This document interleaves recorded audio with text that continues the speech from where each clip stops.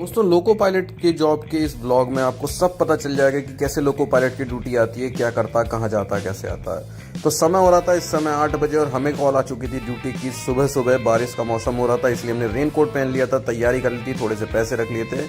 अपना खाना पीना खाकर स्कूटी लेकर निकल गए थे लॉबी की तरफ। लोको पायलट को 2 घंटे पहले कॉल आती है और उस 2 घंटे में उसको अपनी पूरी तैयारी करके निकल जाना होता है और लॉबी 15 मिनट पहले कम से कम पहुँच जाना होता है। वहाँ पर जाकर साइन ऑन होता है, चेक होता है फूंक मारकर कि कहीं आपने शराब तो नहीं पी हुई है, और इसके बाद हमको भेज दिया जाता है एक स्टेशन पर कि आप वहाँ जाइए, वहाँ से आपको गाड़ी मिलेगी। हम पैसेंजर ट्रेन में पहुँच जाते हैं। इस तरह से आने जाने के लिए हमको पास दिया जाता है दोस्तों।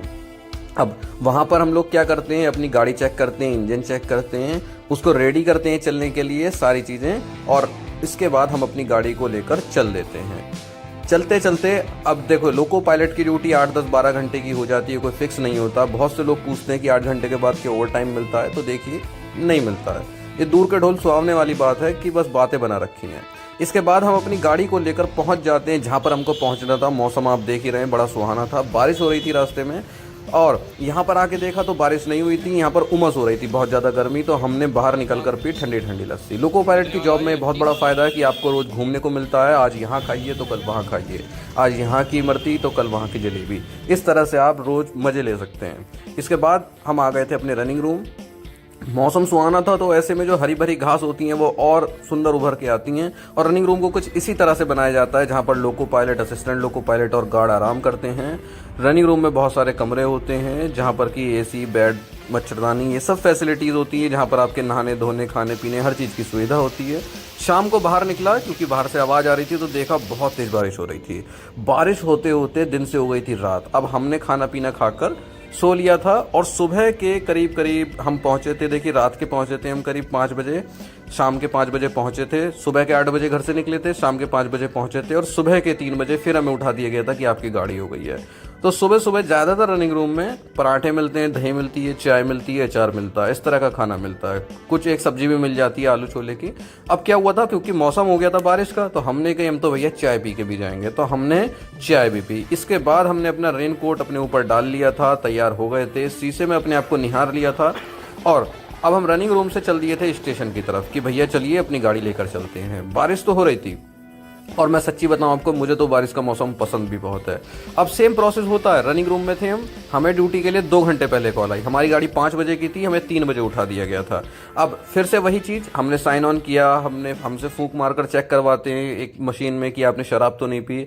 इसके बाद हम गाड़ी को लेकर चल दिए। रास्ते में दनदनाते हुए बारिश पड़ रही थी। बारिश में बड़ा ध्यान रख के चलना पड़ता है, पता नहीं चलता है कहीं से मिट्टी कट गई हो, डर सा लगा रहता है। तो हम बस भरोसा करके चलते जाते हैं, चलते जाते हैं, चलते जाते हैं। इसके बाद हम अपनी गाड़ी को लेकर पहुंच गए थे एक जगह, और वहां पर भी बहुत तेज बारिश हो रही थी। मतलब अब हमने जहां पर गाड़ी को छोड़ना था वहां छोड़ दिया था, पर वो हमारा घर नहीं था, ठीक है, एक दूसरा स्टेशन था।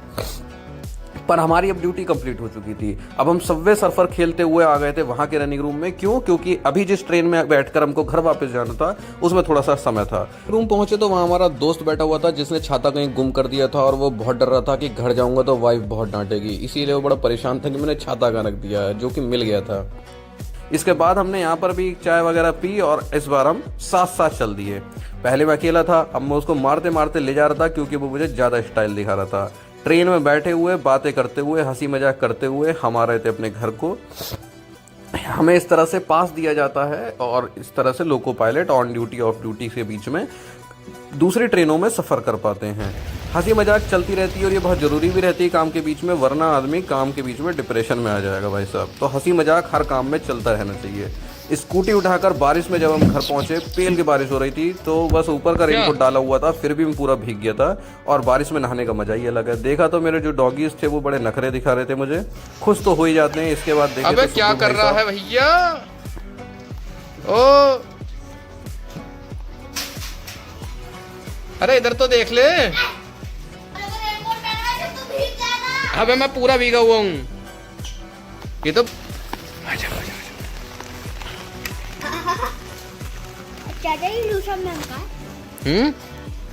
एक ड्यूटी से दूसरे ड्यूटी के बीच में मिनिमम 16 घंटे का रेस्ट मिलता है। बारिश में हाथ पैर इस तरह से हो गए थे, तो हमने घर के बाहर लगाई अपनी कुर्सी और डॉगीज के साथ बैठ कर लिए चाय के